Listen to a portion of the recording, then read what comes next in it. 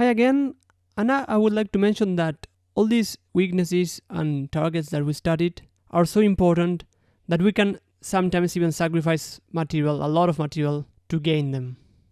Let's take a look at this position. Here it is white to play, and white is already developed, so now white can think about ideas like attacking. And here white played the move knight h to f5. So basically white is given a knight, and we know that the knight is much stronger than a pawn. But after taking the knight, we see that the position drastically changed.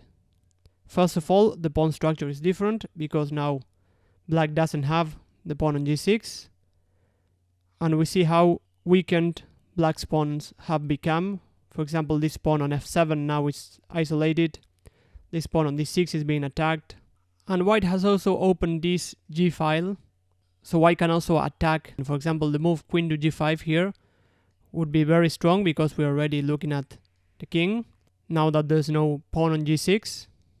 And actually white here has excellent compensation, even white is already better, if not winning here.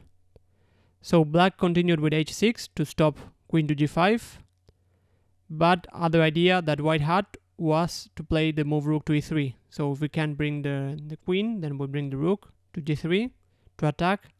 White didn't even care about taking this pawn on d6. Also white could have taken it and get a great position. And after knight to e5, here white found a forcing sequence.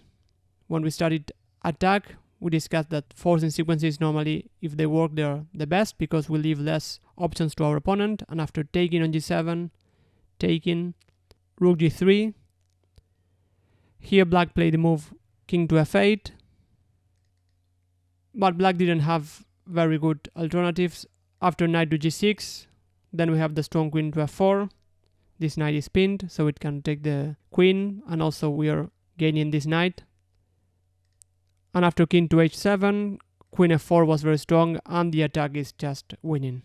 Just to show a nice line here, which involves a queen sacrifice. After knight to g8, we can even sacrifice the queen. We already started the attacking ideas, and we know that when we have many pieces looking at the king, more pieces, then it's great. And here we already have 3 pieces. And after king to h8 takes, this is already checkmate in a few moves. Basically black doesn't have any squares, so this is just a quick checkmate. And after king f8, then white got another pawn. White already has 2 pawns for the piece and is attacking, so here's pretty direct. And after f4, the game finished pretty quickly. e5, taken and taken. And here black played knight to e8. Taking on d5 was bad because then we have queen d6 and rook g8. But after knight d8, black resigned. Probably he was not waiting for the move d6.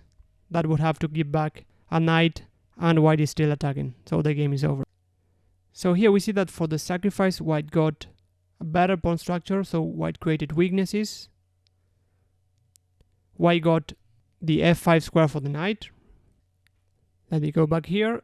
Black got this amazing square to attack because now there's no pawn to control it, so the f5 becomes a weak square. White got a lot of targets here, and last but not least, white got an attack on the king. So this is a very common idea that when we sacrifice, we get more than one advantage in return. That's why although we are sacrificing a piece, almost a full piece, because we got one pawn, we still have great compensation because we have several advantages. Let's take a look at another position. This is a very sharp position, and we see that white is eager to attack with the move h5 and opening lines against black's king. We have opposite side castling, so remember that here it is very important to be the one attacking first. And here black played a very typical idea, which is to give the exchange. So we give a rook for a knight, or a bishop, in this case a knight. But in return, we again weakened white's pawn structure. Here white gets 2 isolated double pawns. And after queen to a5, black will start attacking these pawns. Normally this rook will come to the semi-open file. And black gets good compensation. black is sacrificing material, but black is weakening the structure and also trying to attack white's king. This position, it is very sharp. I would not say that one is better than the other, but here black is managing to complicate the game and black has excellent compensation for the exchange. Another idea to sacrifice the exchange is to get passed pawns.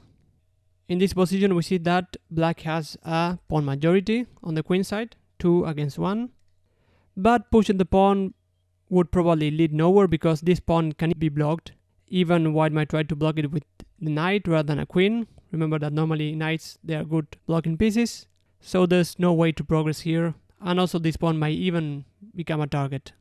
Instead here, Petrosian, who is a former world champion and he was also well known for his exchange sacrifices, he played here the very nice rook to c4. So first of all, we're gaining space, we're trying to attack on the opponent's side of the board, and the main idea is that if white takes the rook, for example with the knight, then we would take with the d-pawn, and here we get 2 passed pawns, and they are connected. So these are called connected passed pawns, and they can become very strong. Additionally, remember that when you sacrifice, we can get more than one advantage in return. Here we see that this bishop now really becomes very strong piece. White's king becomes more exposed. So we also have this idea of a potential attack on the king. In the game, white didn't take immediately the rook, but here black is already the one pressing.